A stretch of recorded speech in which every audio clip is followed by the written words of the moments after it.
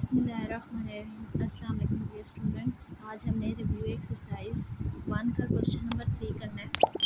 If ए हमारे पास 4/3 हो, a is equal to 4/3, b is equal to 5/2, c is equal to 7/4, then verify the associative property of real numbers with respect to addition and multiplication.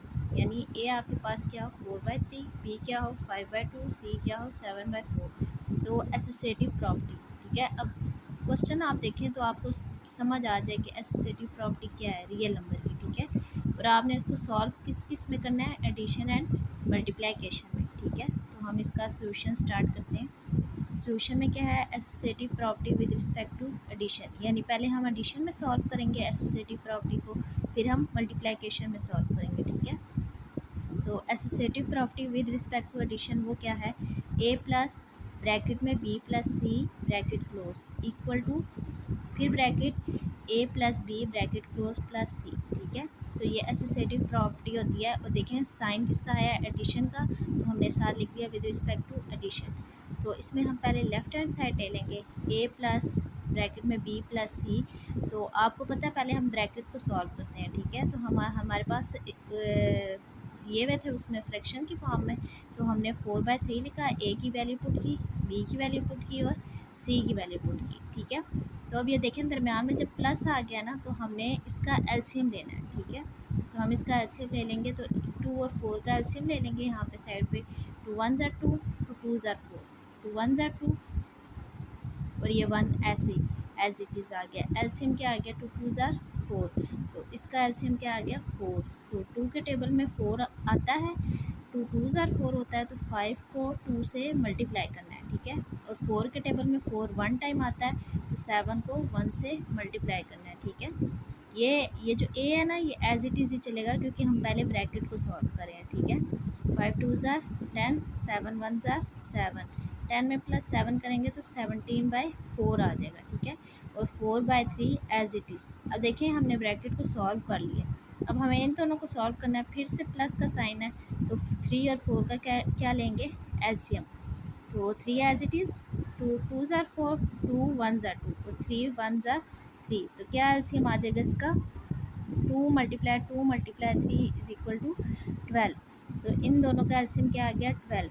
अब 3 के table में 12 कितने time आता है, 4 time, तो 4 को 4 से मल्टीप्लाई करेंगे। फिर 4 के टेबल में 12 कितने टाइम आता है, 3 टाइम, तो 17 को 3 से मल्टीप्लाई करेंगे, ठीक है। अब 16 कैसे आया, 4 4 ज़ा 16 प्लस 17 को जब हमने 3 से मल्टीप्लाई किया था तो 51 आ गया, ठीक है। और नीचे 12 था, तो अब 16 को प्लस 15 में मल्टीप्लाई करेंगे तो क्या आ जाएगा हमारे पास 67, ठीक है। ये यहाँ साइड पे भी मैंने सॉल्व किया, तो 17 को जब 3 से मल्टीप्लाई किया तो क्या आ गया 51, और जब हमने 16 में प्लस किया 51 तो कितना आ गया 67/12। ये हमारा लेफ़्ट हैंड साइड है। अब हमने देखना क्या राइट हैंड साइड भी ऐसे ही आता है, तो हमने राइट हैंड साइड लिखा और ब्रैकेट में A plus B bracket close plus C, ठीक है। तो ब्रैकेट में क्या है, ए प्लस बी है ना, तो ए की वैल्यू पुट की, बी की वैल्यू पुट की और सी की वैल्यू पुट की, ठीक है। तो अब हमें ब्रैकेट सॉल्व करनी है पहले, तो 3 और 2 का हमने एलसीएम लेना है, तो हमने यहाँ पे एलसीएम ले लिया। 2 1 ज़ा 2, 3 1 ज़ा 3, तो 2 3 ज़ा क्या आ गया 6, तो इसका एलसीएम क्या आया 6। अब 3 के टेबल में 6 कितने टाइम आता है, 2 टाइम, 2 3 ज़ा 6 होता है ना, तो 4 को 2 से मल्टीप्लाई कर लेंगे। और यहाँ पे 2 के टेबल में 6 3 टाइम, तो 5 को 3 से मल्टीप्लाई कर लेंगे। अब हम इसको सॉल्व करेंगे, ठीक है। 4 2 ज़ा 8, 5 3 ज़ा 15 और नीचे क्या आ गया 6 प्लस 7/4। 15 में 8 प्लस किए तो कितना आ जाएगा हमारे पास 23/6 प्लस 7/4। अब हमने ब्रैकेट सॉल्व कर लिया, अब हम इसको सॉल्व करेंगे, ठीक है। तो हमने इसका एलसीएम लेना है 6 और 4 का, ठीक है। 2 2 ज़ा 4, सबसे छोटे नंबर से स्टार्ट करते हैं। 2 2 ज़ा 4, 2 1 ज़ा 2 और 2 के टेबल में 6 भी आता है, 2 3 ज़ा 6, 3 1 ज़ा 3। तो इसका एलसीएम क्या आ जाएगा हमारे पास 12, ठीक है। अब हमने देखना है 6 के टेबल में 12 कितने टाइम आता है, 6 2 ज़ा 12, तो 23 को किससे मल्टीप्लाई कर लेंगे 2 से। फिर 4 के टेबल में 12, 4 3 ज़ा 12, ठीक है। तो 7 को किससे मल्टीप्लाई कर लेंगे 3 से, तो 23 को जब 2 से किया तो 46 आ गया, 7 को 3 से किया तो 21 आ गया, ठीक है। अब 46 में प्लस 21 करेंगे कितना आ जाएगा 67, नीचे क्या था हमारे पास 12, तो 12 आ गया। तो हमारा जो है लेफ्ट हैंड साइड का भी यही आंसर था, तो राइट हैंड साइड का भी यही आंसर है। So left hand side equal to right hand side, ठीक है। अब ये देखें a is equal to 4/3, b is equal to 5/3, c is equal to 7/4, ये हमें दी हुई है वैल्यूज़। अब हमने क्या करना है, associative property with respect to multiplication. मुश्किल नहीं है, लेंथी है थोड़ा, लेकिन मुश्किल नहीं है, ठीक है। तो आपको सिर्फ ये प्रॉपर्टीज़ पता होनी चाहिए कि मल्टीप्लिकेशन में कैसे प्रॉपर्टी यूज़ होगी, और एसोसिएटिव से आपने याद रखना है कि इसमें 3 हमारे पास नंबर आते हैं, ठीक है। तो ए बी सी, अब ये देखें दरमियान में कोई साइन नहीं है, यानी ये मल्टीप्लाई हो रहे हैं, ठीक है। इधर भी ए बी ब्रैकेट क्लोज और सी, ठीक है। सोल्यूशन की तरफ आ जाते हैं। पहले हम लेफ्ट हैंड साइड ले लेंगे, ये वाली साइड, ठीक है। तो ए बी की वैल्यू पुट की और सी की वैल्यू पुट की, ठीक है। अब हमें इन दोनों को सॉल्व करेंगे। 5 को मल्टीप्लाई करेंगे 7 से, 2 को मल्टीप्लाई करेंगे 4 से, फिर 5 7 ज़ार कितना होता है 35, 4 2 ज़ार 8। हमने इसको डायरेक्ट मल्टीप्लाई क्यों कर दिया, ये क्योंकि यहाँ कोई कटिंग नहीं ना हो रही थी, इस वजह से।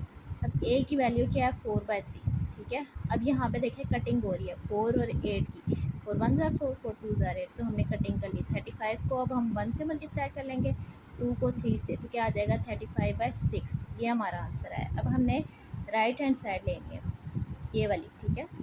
अब हम उसको सॉल्व करेंगे, तो ये क्या आ गया, ए की जगह 4/3, बी की जगह 5/2। अब देखिए यहाँ पे कटिंग हो रही है, कटिंग हो रही थी तो हम कटिंग भी कर सकते हैं और डायरेक्ट मल्टीप्लाई करके फिर भी कटिंग कर सकते हैं, ठीक है। 5 को 4 से मल्टीप्लाई कर लेंगे, 2 को 3 से, 5 4 ज़ार 20, 3 2 ज़ार 6, ठीक है।